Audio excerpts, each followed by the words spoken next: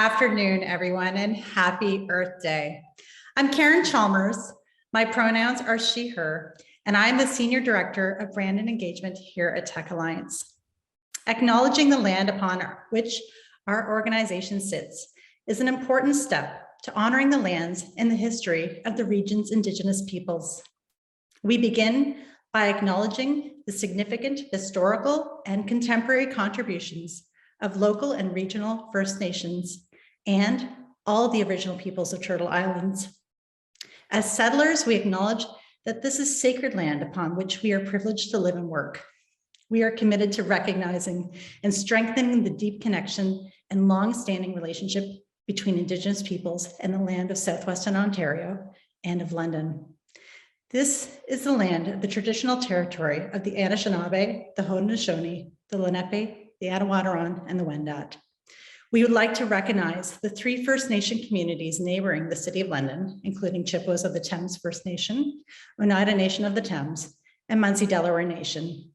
We invite you to join us for a moment of reflection to think about how we continue to strengthen the connection to the land and our commitments to truth and reconciliation. As the Regional Innovation Center for Southwestern Ontario, Tech Alliance empowers world-class ventures and fuels growth in Canada's innovation economy. We champion and coach entrepreneurs, amplify and impact businesses, and contribute to a bold technology community across the region. If you'd like to engage with our venture growth team, read stories about innovation, propelling community, prosperity with world-changing ideas, ventures, or join other upcoming experiences, I invite you to subscribe to our newsletter using the link in the chat. Now, we are the place for dreamers, innovators, and world-changing ideas. In pursuit of creating spaces where innovation thrives, we must act, be bold, and lift others as we rise. And we strive to do that in all that we do. To put it simply, we support entrepreneurs and ventures at every step of the entrepreneurial journey. Now, before we get started, we have a few housekeeping points. All participants' mics are muted, so relax and enjoy. Today's masterclass will be recorded and available for replay on our YouTube channel. I encourage you to add any questions for our speaker in the Q&A feature at the bottom of your screen. And let's start to use that chat right now. What are you hoping to learn about environmental sustainability today? Drop your comment in the chat. Today we gather on a monumentally important occasion, Earth Day, a day to commend and spotlight the modern environmental movement that was conceptualized way back in 1970, way back. This year's Earth Day theme is Invest in Our Planet. By committing to this hour, focusing on the intersection of innovation, business, and sustainability, we are doing just that. Leading us through our learning today is Kaitlin Creighton from Green Economy London, a program of the London Environmental Network and an incredible organization that helps its members set and meet sustainability targets through education, workshops, coaching, and support. Kaitlin is the Green Economy of London coordinator and an advocate for sustainability. She's got a Master's of Environment and Sustainability from Western and an undergraduate degree specializing in environmental governance. Kaitlin delivers support programs and resources to help others set and achieve greenhouse gas reduction and other environmental targets. And she's forever excited about empowering and supporting London businesses and organizations to create sustainable change. And I must say today, I share her excitement as we explore the part we can all play in reducing our impact on the earth, all while propelling a prosperous innovation economy. Climate change is undeniable, and the need for a green recovery has never been higher. So with these factors top of mind, I hand it over to Kaitlin to help us navigate the barriers to change and find actionable steps to employ. Kaitlin, take it over. Thanks, Karen. Thanks for the lovely introduction, and thanks everyone for being here too. I'm really excited to be here, especially on Earth Day. It's a beautiful day out, and I've been seeing lots of things online this morning about how businesses are celebrating Earth Day. I would love if you want to drop in the chat box how any actions you're taking for Earth Day or anything that your business is doing to celebrate today. I know there's Earth Fest happening in London later tonight at Victoria Park, so that should be a lot of fun. If you're, I don't know if you like food trucks and live music, there'll be lots of stuff to do there. So I encourage everyone to go check that out.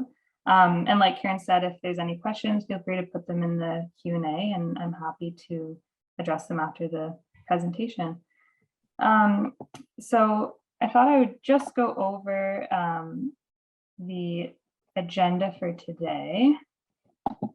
Sorry, I'm just going to, so I might be having some trouble just, oh, there we go.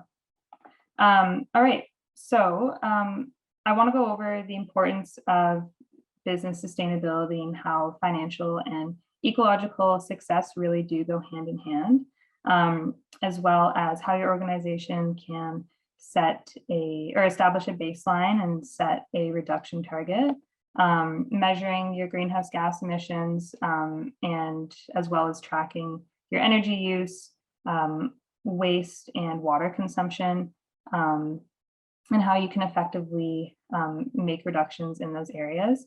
I'll also touch a little bit on circular economy principles in the product life cycle, and then also how you can build capacity within your organization to actually achieve all of this, and some project ideas, as well as some available incentives to help you get started. There's lots of funding opportunities available. And then finally, I'll be sharing some examples of local businesses that are doing an amazing job leading the way towards a more sustainable economy and successfully integrating it into their operations. Ultimately, I would love if you could leave feeling empowered and inspired to implement sustainability at the core of your business and take this back to your team and share some ideas that you're really excited about, or maybe a couple of projects will resonate with you, and leave with some new resources and tools and insights to be able to do that. So Karen gave a little bit of an overview of Green Economy London, and like she said, we support businesses in setting and achieving those sustainability targets and reducing their environmental impact and implementing projects to do so. So as well as being a program of the London Environmental Network, we are also part of a nationwide network called Green Economy Canada. And in the Green Economy Canada network, there are over 500 businesses that have committed to improving their environmental impact. And collectively, there's been over 200,000 tons of greenhouse gas emissions reduced. So we focus our impact on greenhouse gas emissions reductions, waste reduction, and diverting waste from going to the landfill, and then also conserving water as a resource and environmental stewardship projects, and then a lot of employee engagement as well to support that culture shift towards sustainability. And we walk businesses through different milestones so they can measure and track their impact, and then offer the resources and public recognition for success and different learning opportunities to support them along the way. So just a quick overview about our impact. So there are currently 45 local businesses that are a part of the Green Economy London network, and these are from London, surrounding areas such as St. Thomas. And there have been 21 reduction targets set so far. So that's to reduce emissions, water, waste, and implement environmental stewardship projects. And just in 2021 alone, there was over 55 projects implemented. And this is ranging from a building retrofit, or using compostable packaging for a product, or installing an office compost. And I just wanted to show this slide quickly, just to really resonate with you all that any business can take sustainability action. So you look at all these businesses here, I'm sure you'll recognize quite a few of them. They're across all different sectors. So we've got some nonprofits, small local businesses, larger companies. There's some restaurants, electrical service providers, consulting companies. So when it comes to sustainability, there really are so many possibilities and it does connect to every sector. So I just wanted to show you a bit of a snapshot, and just so you can sort of see that no matter where your business is or what sector you're in, you have a place to fit in when it comes to sustainability. So as we know, the effects of climate change are felt across all sectors, and consumers and stakeholders and the public and private sectors are all recognizing that there's a need for a new business as usual. So this new business as usual needs to lead to increased long-term sustainability for the business, resiliency, and reduced environmental impact. So 516 Canadian municipalities have declared a climate emergency, and the City of London, along with Toronto, Hamilton, Halifax, Guelph, and Vancouver, have set net zero by 2050 targets. So in order to reach these targets, it will have to be a collective effort from individuals, residences, communities, businesses.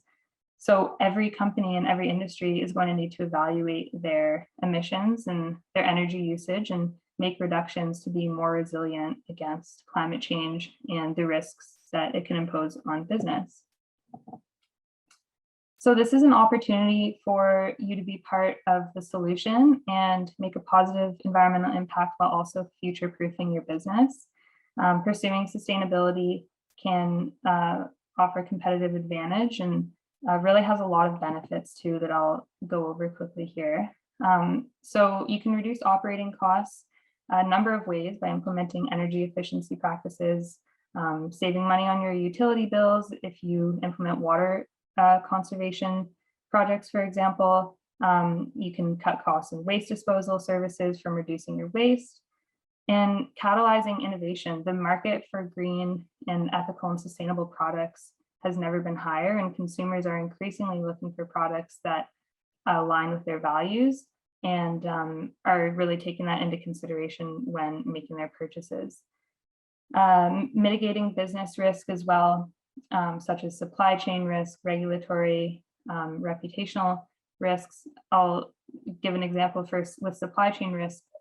Extreme weather events from climate change impact the material availability and can increase costs. So there's increased risk to ports or highways, rail lines, and other transportation and supply infrastructure. So there's also increased pressure from companies and governments to move to net zero and bring their sustainable and align their supply chains with this. So reducing your environmental impact, of course, is a huge one. Reducing your greenhouse gas emissions and water consumption and waste will help reduce the impacts of climate change. And you can also make a direct and positive contribution to the community that you operate within. Enhancing your brand image is another big one, as many consumers believe that brands bear as much of the responsibility for positive change as governments. And then lastly, boosting employee engagement by involving your staff in sustainability projects can help boost morale, your team morale, and then also help recruit and retain talent, because the workforce is looking for workplaces that align with their values and are more than just a stable income. They're looking for purpose-driven companies as well. So the 4 core target areas for sustainability that we like to focus on and prioritize have a multitude of opportunities that you can innovate and use as a force for good. So there's greenhouse gas emissions reductions from energy, and then there's water consumption reduction, like I've been mentioning, and waste and diverting that from going to the landfill. And then there's also environmental stewardship projects, which are actions that lead to the protection and conservation of habitats. So species at risk, improving biodiversity, and preserving natural resources and ecosystems. So I'll move into establishing a baseline. In order to make these reduction targets and really reduce your impact, you have to establish a baseline year to compare your future emissions against. So for the baseline year, you'll want to choose a year that a typical year in terms of your business operations. So making sure the data that you're using is reliable and complete and is most representative of your business as usual activities. So this data will include scope 1 and 2 emissions, which are required to track, and then scope 3 emissions if that's something that your organization decides that they want to track and reduce and measure. So scope 3 emissions aren't required to track, but they actually have huge opportunities for reduction because it's across the entire supply chain. So a lot of you may be familiar with this. I'll just go over it really quickly, just a breakdown of all 3 different scopes. But scope 1 emissions are direct from company-owned operations, such as company-owned fleet vehicles or stationary combustion like natural gas. And then scope 2 includes indirect emissions such as electricity. And scope 3 is all other indirect emissions from the supply chain. So this would be your waste, water, your employee commuting, any business travel. And measuring and tracking these emission sources will help you to understand which areas are the biggest source for emission, and then therefore which ones have the greatest opportunity for reduction when you move on to setting a target.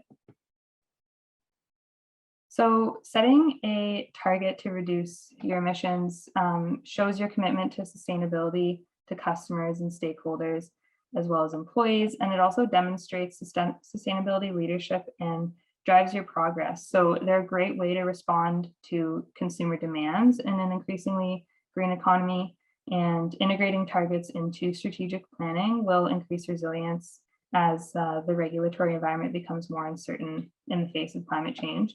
And something to keep in mind is, you want your targets to be ambitious, but also achievable.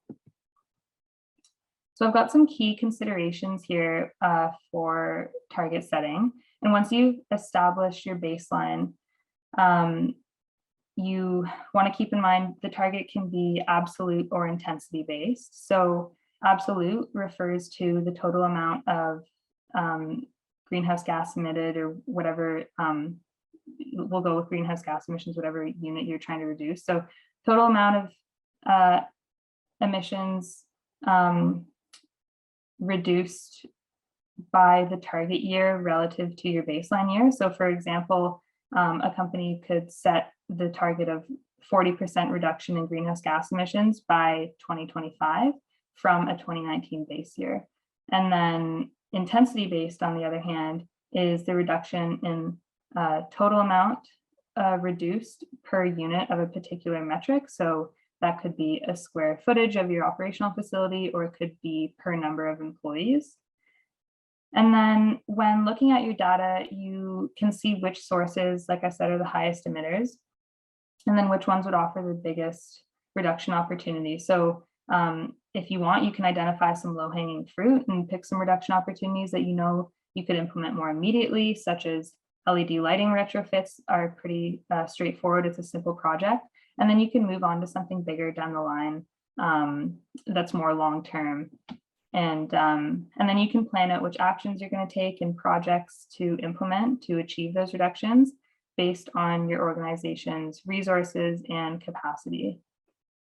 And then incentives, which there's a ton of incentives out there, so it's exciting to talk about, but there's all sorts of rebates available to support sustainability projects. So definitely, and I'll share some of them in a few slides and share some resources on that, but definitely make sure you're researching some funding opportunities, because that's a big barrier a lot of the times for implementing sustainability projects, and they can help out a lot if you find some that are relevant to your business. And then it's also really important to engage with your staff with the project implementation. Like I said, it helps boost morale and also really helps embed sustainability into the core of your workplace culture. And then lastly, as you continue to measure and track your progress, you can report on it. It helps not only to keep you accountable, but builds transparency, and whether you announce it publicly or just announce it internally, it shows people that you're taking actionable steps to actually make a reduction. And you can also share your successes and things you've learned from that you're not going to do moving forward. And so this month, actually, with Business London Magazine, we teamed up and were able to share some business sustainability and leadership stories about some of the Green Economy London members and things they'd be doing. So this is just a little blurb from the article that there's a need for a transformational shift in how businesses address sustainability. And it calls for accountability, transparency, and actionable steps to meet those targets. So I'll touch a little bit on circular economy and just want to suggest a really great resource for that as well. So circular economy is based on 3 principles. There's designing out waste and pollution, keeping products and materials in use, and regenerating natural systems. So it's a way of transforming the current take, make, waste linear economic system that we have.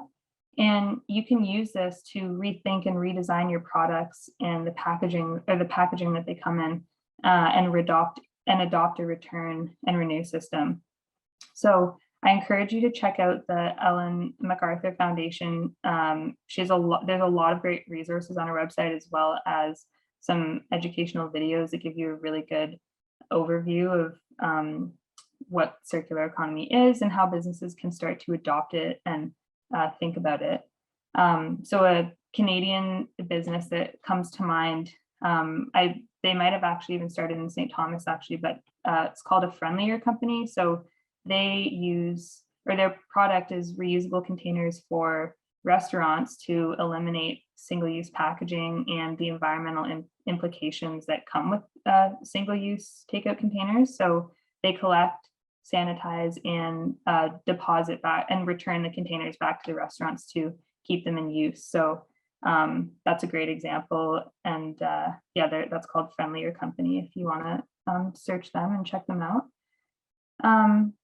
And then just touching on product life cycle. So something else to consider is the carbon intensity of a product's life cycle.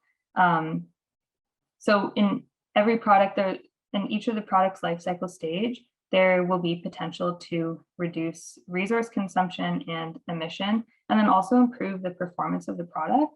So life cycle thinking goes beyond the traditional production and manufacturing process, and it actually encompasses environmental, social, and economic impacts of the product over its life cycle. So the main goals, like I said, are to reduce resource use and emissions. And then some of the outcomes for applying this life cycle thinking is competitive advantage, better product design, increasing efficiencies, reducing costs, and removing risks. A really good resource to check out for this would be the lifecycleinitiative.org. So they're hosted by the UN Environment Program, and they're sort of an interface between the public and product life cycle experts, and have a lot of credible knowledge and resources there. And then on that note, I just wanted to chat or discuss a little bit about the end of life of products, technology specifically.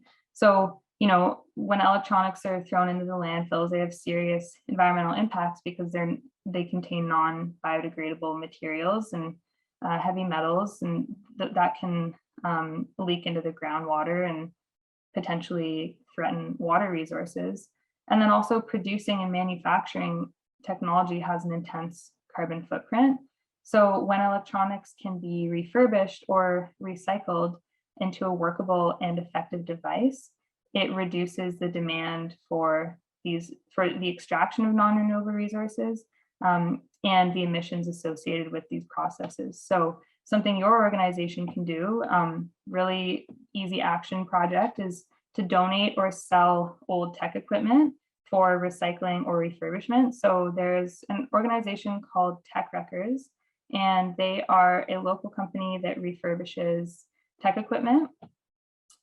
So you can check them out. And there's also a number of e-waste depots around the City of London, or you can look up where your local e-waste depot is. And then you may be wondering how your business can implement all of this within your organization and actually start to embed this change and, get all the employees on board. So there are a number of ways that you can build knowledge, skills, and capacity to be able to operate with a more sustainable approach, and bring your organization and your customers along as well. So to start off, starting a conversation with your team and stakeholders about your sustainability plans, and just create a positive dialogue around it.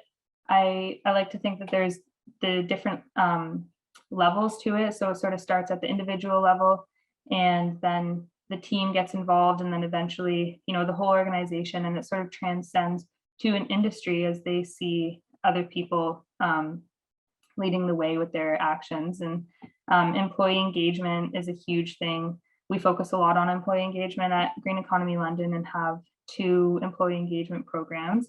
There's also London Clean and Green, which is happening right now, where there's organized business litter cleanups, spending 20 minutes a day just to clean up the litter around your parking lot or your office. And you can also create a green team.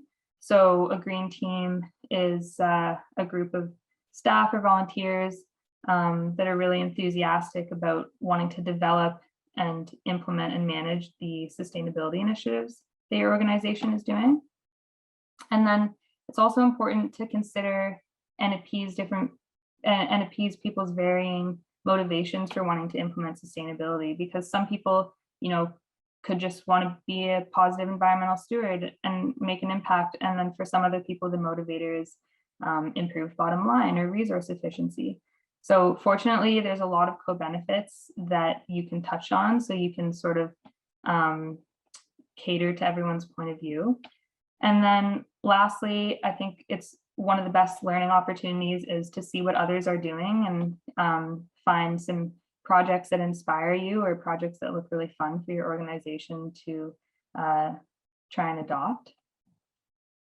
And then one resource that I thought I would share with you all, it's a really good one to help facilitate that conversation within your organization and sort of develop awareness about your employees' carbon footprint. So Project Neutral is a free online tool that measures your carbon footprint. So this is great, especially if you have work from home or hybrid work situations right now. It's just a way to engage them when no one's actually in the office. So in this tool, you'll input your habits and data on things like transportation and your household, food choices, how much waste you have, and then Project Neutral will measure your carbon footprint so you can discover your impact. And then you can choose different personalized lifestyle changes so you can reduce your greenhouse gas emissions. And it's just a great thing to share with coworkers and get people talking and have them start to think about reducing their impact at home. And then onto some project ideas. Feel free to take a picture of this slide if you want. I think we'll also be sending it out afterwards. But you can, like I said before, you can start with something small and where you'll achieve success, and then build your way to something bigger, maybe more long-term investment. And there are so many projects that you can implement to reduce your waste, be more energy efficient, and then reduce your emissions and be an environmental steward. So just to list off a few here, you could install a high efficiency hand dryer and replace paper towels.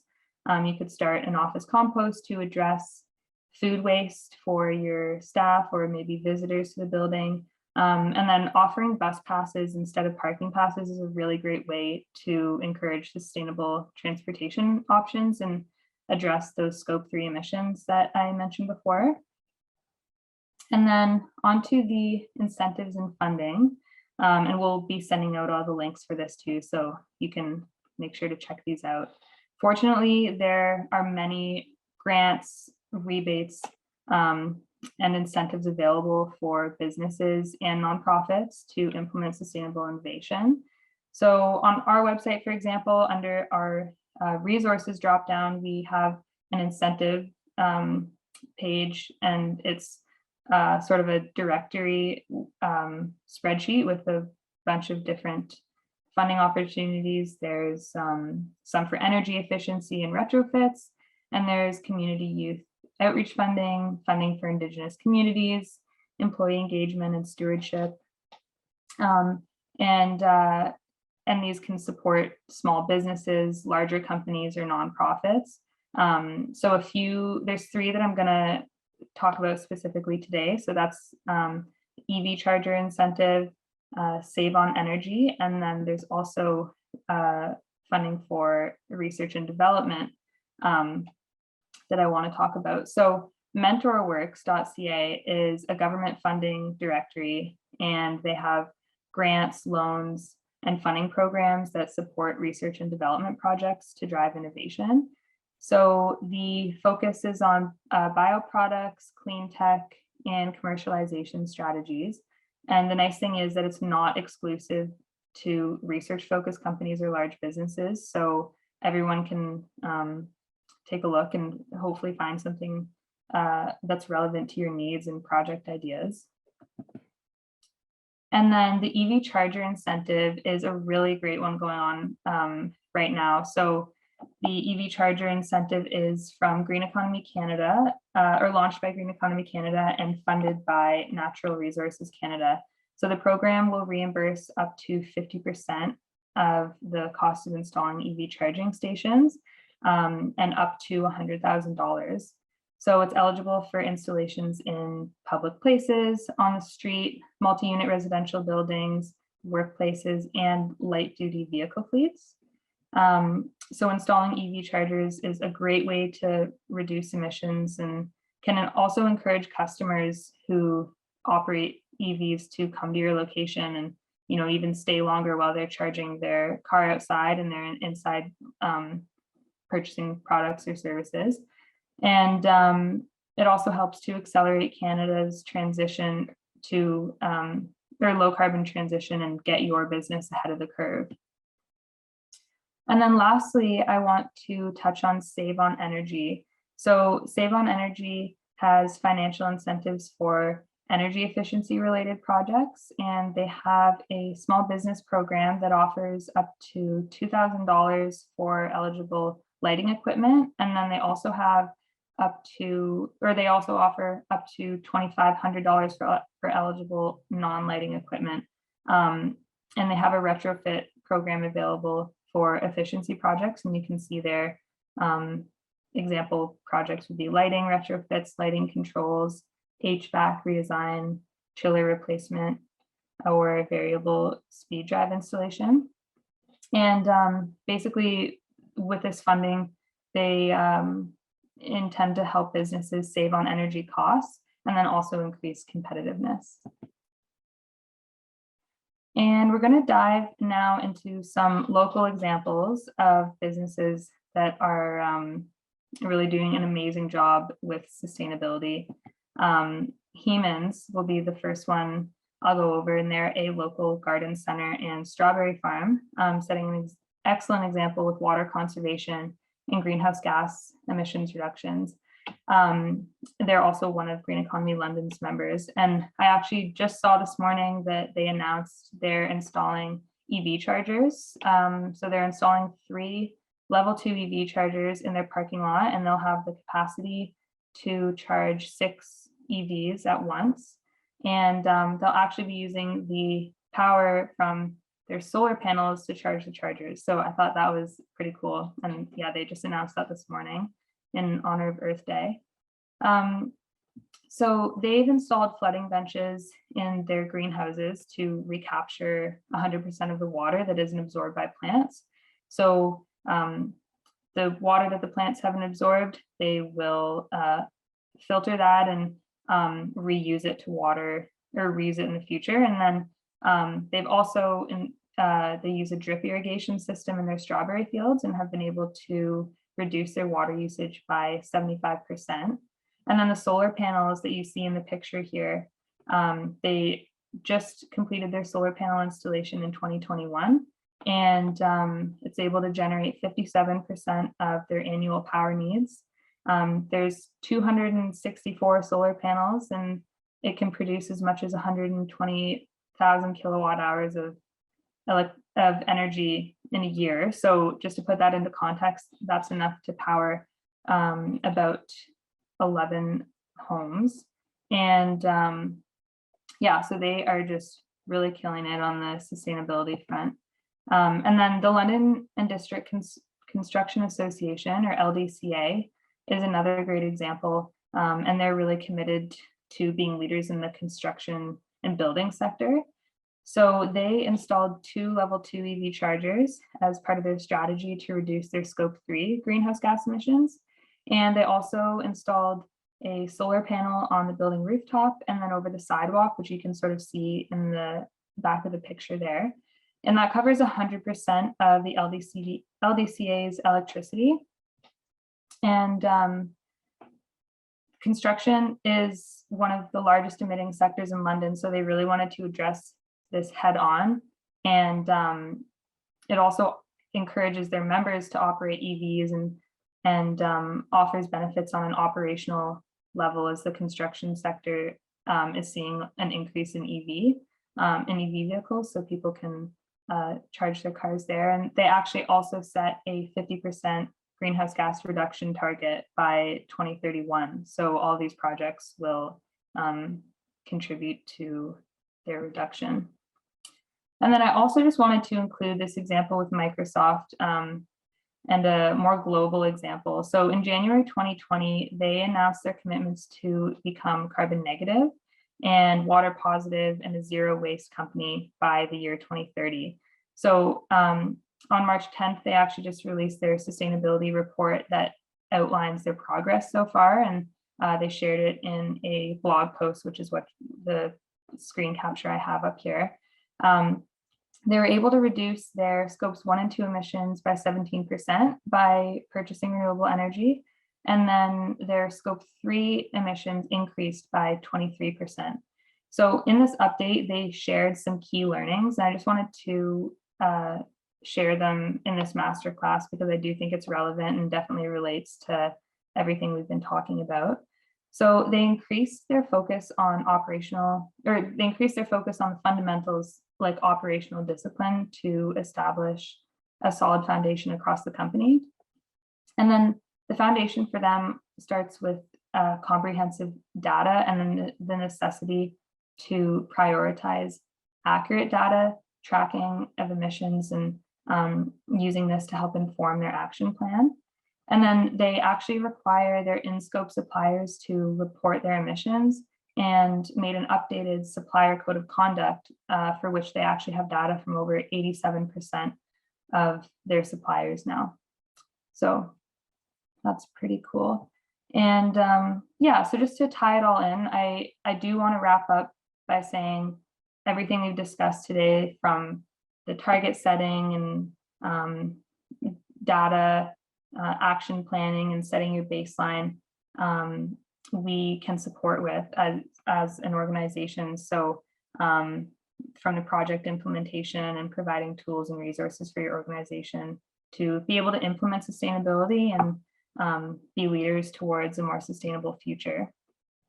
And I really hope that you found this masterclass to be useful. I hope you feel like you'll be walking away with some good resources that we'll send along with you, and you can share that with your team, because taking action and reducing your environmental impact and it really does matter, and sustainability and profitability really do go hand in hand. So yeah, that wraps up my presentation. I really appreciate everyone's undivided attention, and feel free to connect with me on LinkedIn, or if you think of any questions afterwards, you're more than welcome to send me an email, and I'm happy to answer any questions you may have. Thank you so much, Kaitlin. What a fantastic and inspiring presentation. I was truly enthralled. Loved hearing that there's so much focus on EV charging stations, you know, with the grant funding available and whatnot. The best thing about Tech Alliance is that we have a great economy within our own community, and we have a company called Charge Request that does just that. That they install EV charging stations, and hopefully, maybe as people start to implement these types of measures, they can lean on with the Tech Alliance community and be able to help support local entrepreneurs doing just that. For those who've been wondering on how to move from conception to action on some of these things, you really made it easy. So thank you for that. Now there's some questions in the chat, and we've had some questions that were sent to us in advance. So let's start with one here. Can you give us an example of maybe one of the most interesting or untypical, as they put it, measure or process that has been put in place to help with sustainability? That's a good one. I'm trying to think. I might need some clarification. You mean in terms of a project that? Yeah, I think what they're. Yeah, I believe that what they're trying to do is try to find something that a unique way to tackle the sustainability,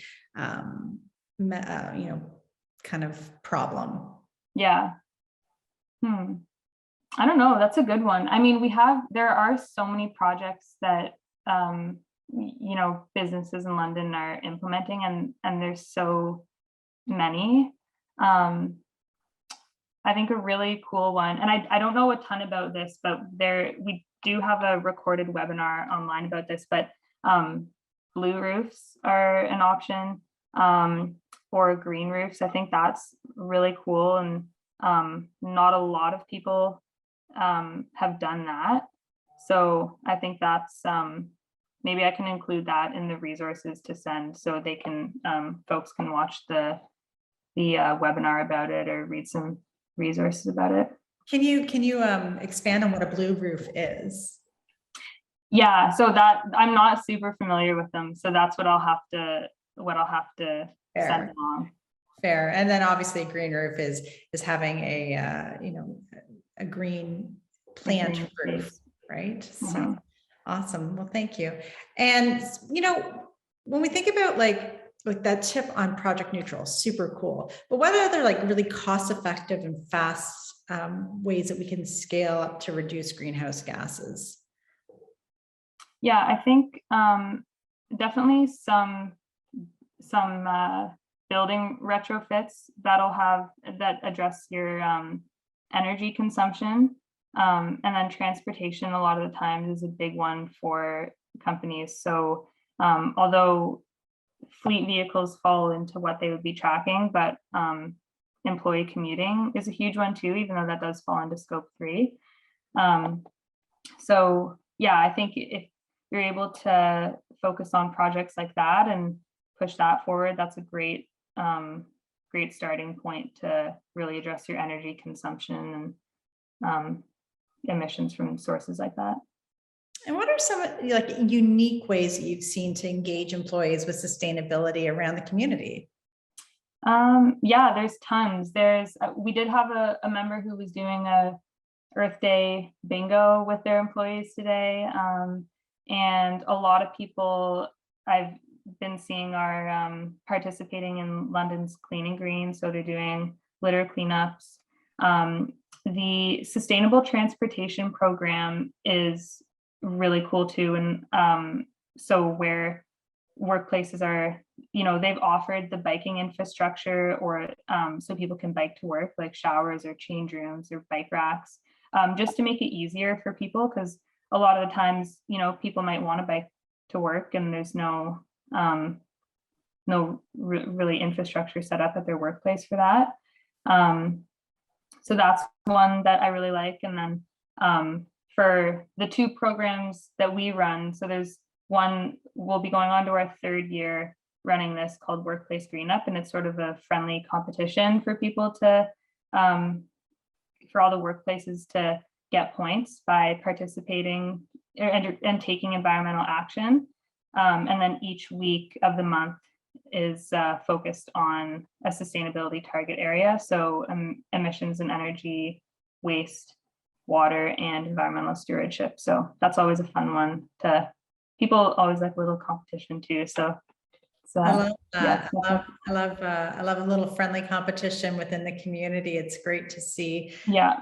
And, you know, the benefit, of course, of which is that everybody would be helping out in the environment, you know, in this type of competition, which is just fantastic. Yeah, exactly. Yeah, awesome. And then, you know, what's some of the biggest barriers that businesses are facing when implementing sustainability, and how do you think that we can overcome them? Yeah, I think, well, one of the ones I touched on here would be the cost of having to implement those projects.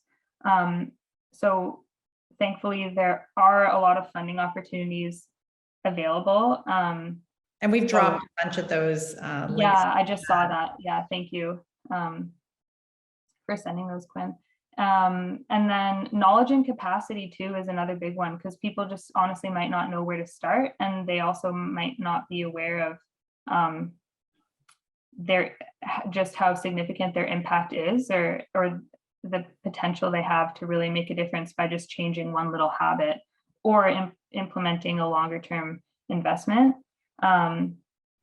So yeah, I think things like employee engagement can really help with that. And like I said, starting that conversation and just being transparent and having a positive dialogue around sustainability as well. Amazing, amazing. Just reading through, it looks like lots of people are looking forward to seeing this presentation when it comes out.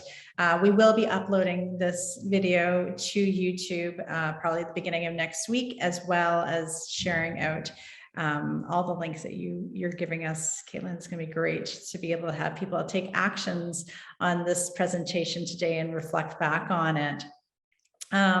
So with that, I don't see any more questions in the chat here.